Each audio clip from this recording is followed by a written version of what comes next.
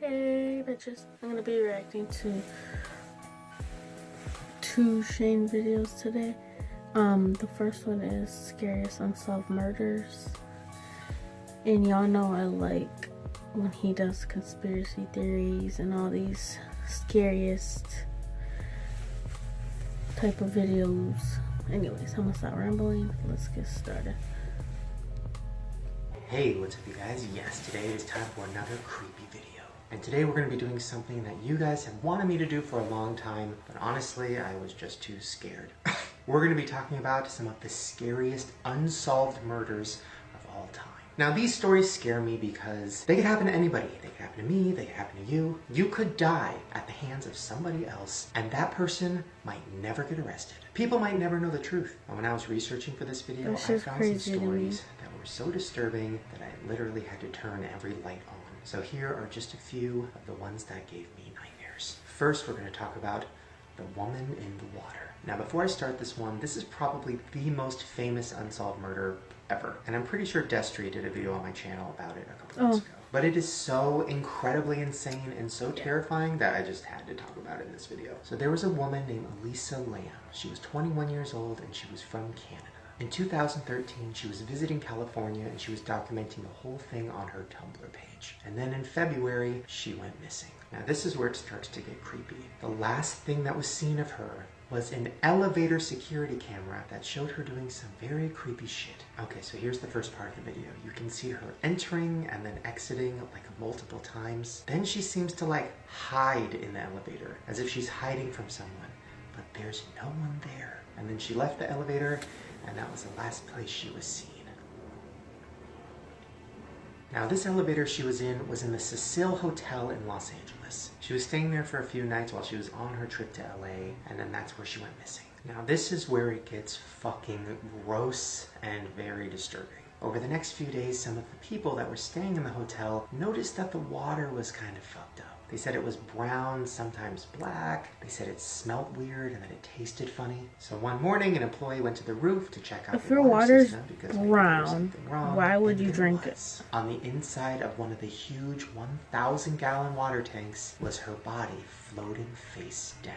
I know, fucking insane. And her body had been deteriorating in that big water tank for 2 fucking weeks, which means everybody in the hotel had been drinking it and showering with it. Now, of course, the hotel apologized and like gave everybody refunds and did whatever they could to not piss people off. But I mean, the damage had already been done. But the scariest part of it is, people still don't know what happened or how she died. People don't even know how she got in there. The space to get into the water tank was so small, it was pretty much impossible for her to get in. And after the autopsy report, there was no signs of trauma or anybody beating her up. She was just dead. And now we don't know how it happened. And I definitely want to go to that hotel. I'm gonna write that down. Actually, no, that would be way too scary. I don't even know if I'd want to do that for a video. Ugh. Okay, now the next story is extremely graphic and very sad, especially because it involves children, so if you are squeamish to that, I would leave. This is the story of the Girl Scouts who were murdered. So on Monday, June 13th of 1977, there was a bunch of Girl Scouts that were having a camp out. It was nighttime and all the girls were huddled in their tents. In tent number 8, there was 3 girls, Lori, Doris, and Michelle. They were all under the age of 10.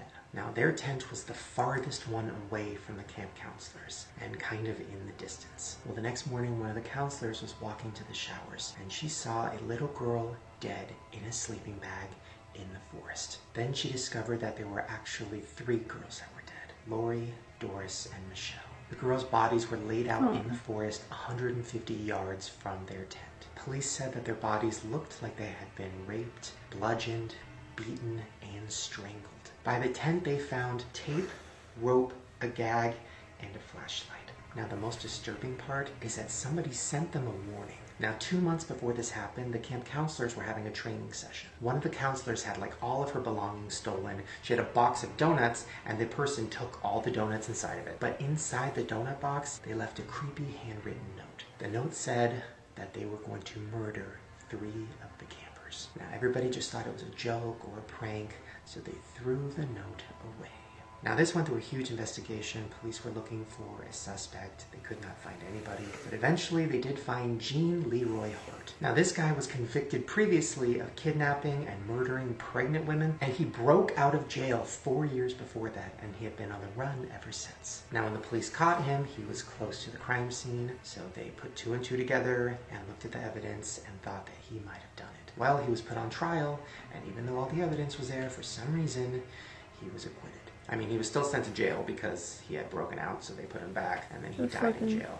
And we still will never know who killed the Girl Scouts. And just in case you're wondering what happened to the camp, it was shut down right after the murders, and it's been abandoned ever since. Here are some really, really creepy pictures of the camp as it looks now. It has been sitting there empty for years.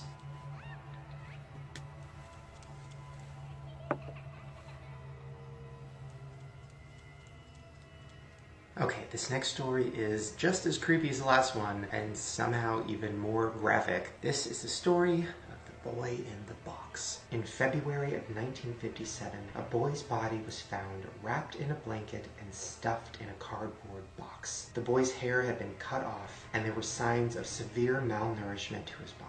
He also had surgical scars on his ankle, his groin, and an L-shaped scar under his chin. Now this happened in Philadelphia, and the boy's age is unknown. They think he was between 3 and 7. Also unknown is his identity. Nobody knows who this kid is, who his parents are, where he came from, who killed him. Just a boy dead in a box, and nobody knows how it happened. For years, police tried to figure this out.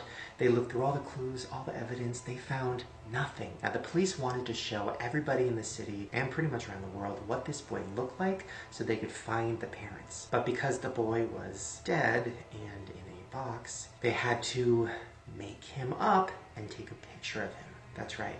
It's called post-mortem photography. It's where you make up a dead person and you put them in nice clothes and you seat them in a seat and you take their picture as if they're alive. So the police did that with this little boy, and the picture How do they looked take like pictures this. like that? I know, so fucking disturbing. Now, even though this picture was posted everywhere, people still had no idea who the boy was, nobody recognized him, and it didn't help. Now, an artist named Frank Bender even went as far as to make a sculpture of what the boy's father would have looked like, just like based on what the boy looked like, hoping that if they put those pictures everywhere, somebody would find the dad. Ugh, something about that picture, knowing it's a sculpture, just, I don't know. Now, years later, the guy that made that sculpture, he came out and said something that really interested the cops. And here's the quote he said. "I'm almost certain they've been missing the boat because they've been showing a boy. And he is a boy. But the boy, I believe, was dressed as a girl." I know. Fucking trippy. So he thinks that whoever raised this boy dressed them to look like a girl. He said his reasonings for this was that his hair that had just been cut all off was like still attached to his body, and it was really long hair. He also said that the eyebrows looked like they had been plucked. So then he decided to draw what the boy would look like if he was a little girl, and that's this picture. Well, that theory didn't help either, and the murder is still unsolved. Okay, so this next story isn't really an unsolved murder because they kind of solved it, but also it's a lot different from previous stories because this involves a lot of government shit, and it is fucked up. And this is a story of death by mail. So as you guys know, obviously back in September 11th, 2001, the Twin Towers were hit by planes and then crashed to the ground. Well, a week after that, something insane happened. Letters containing anthrax were sent to people across the country. It killed 5 people and infected 17 others. Okay, so before I go into what the letters were and how fucking insane that is, let me explain what anthrax is. Anthrax is one of the most lethal and deadly bacteria. Once you inhale it, it goes into your lungs and the bacteria starts to rise. It makes your lungs swell up, it makes it so you can't breathe, and then you die. So somebody sent letters with this disease on it to strangers. And those strangers opened the letter and it said this. 9/11/01. You cannot stop us. We have this anthrax. You die now. Are you afraid? Death to America. Death to Israel. Allah is great. What?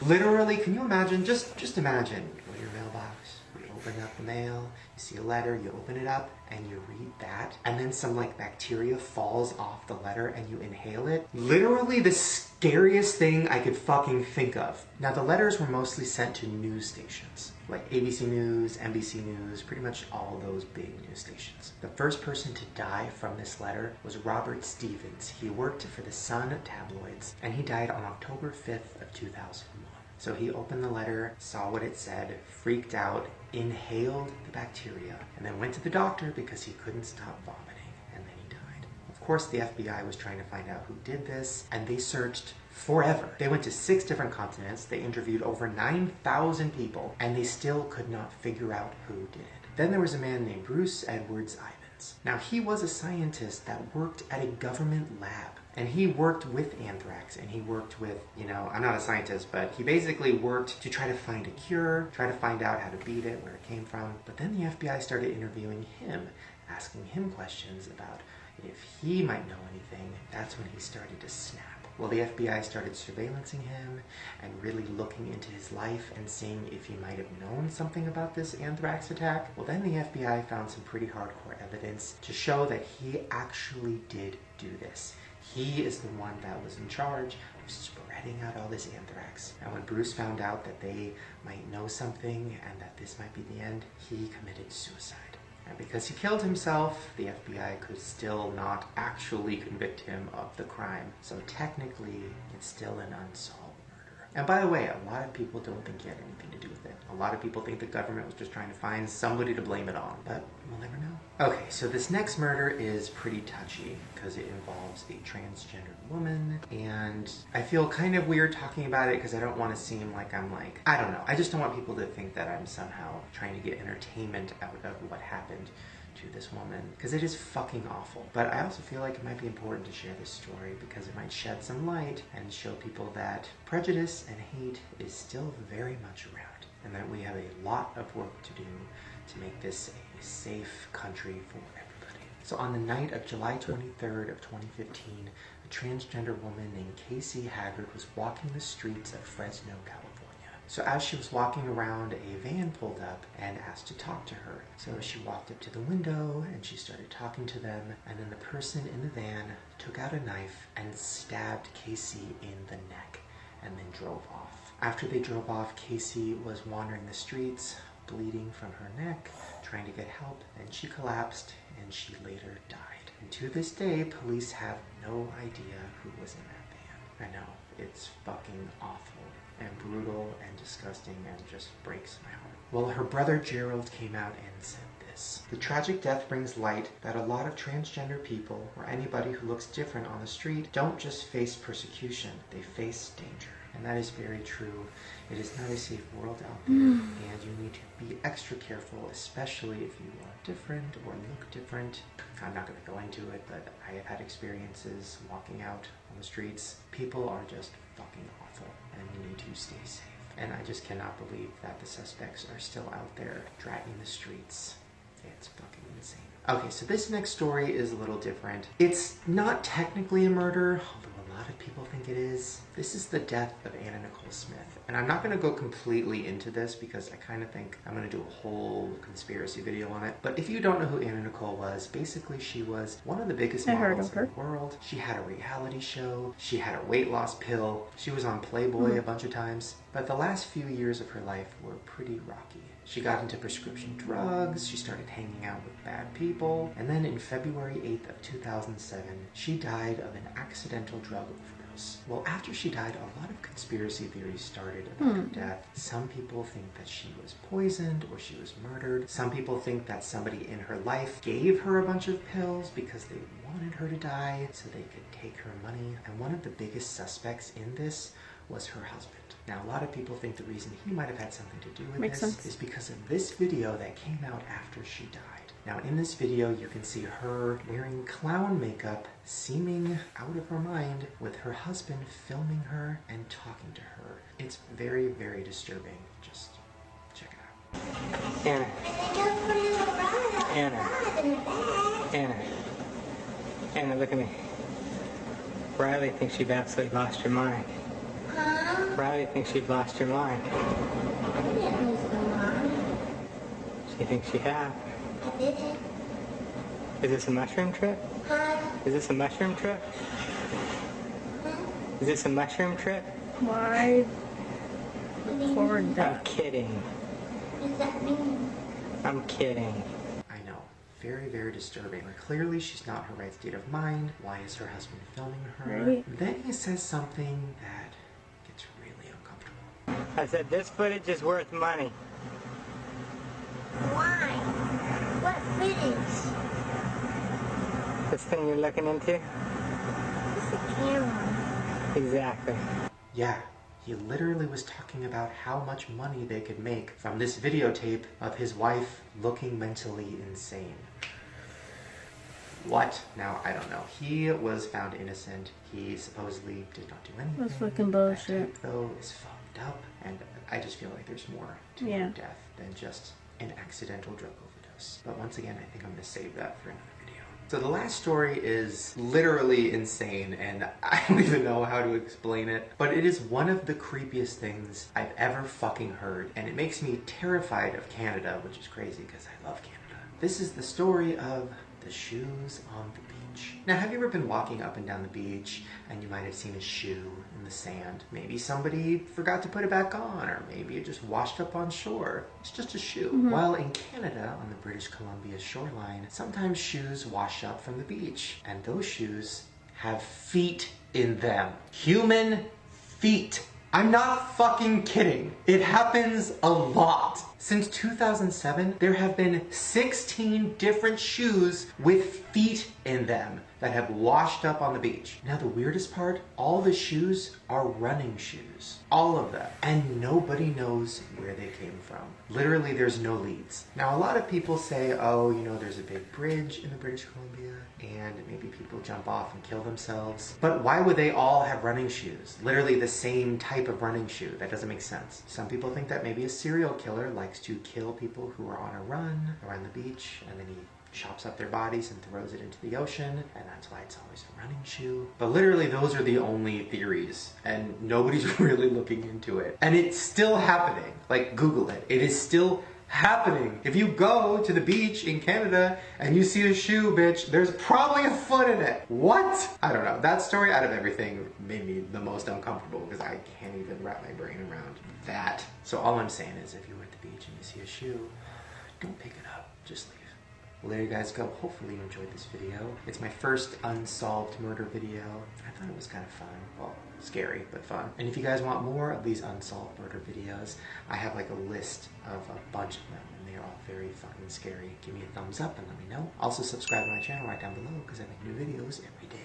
And if you want to see all my other creepy videos where I talk about death and conspiracy theories, I'll put a link to a playlist right at the top of the description below. Alright, you little shoes. I'll see you tomorrow. It's really sad when they have unsolved murders, because I don't know, I find that really sad. And rest in peace to those that have died. My prayers go out to you and your family. But anyways, thumbs up this video if you liked the video. I'll see you guys next time, and peace.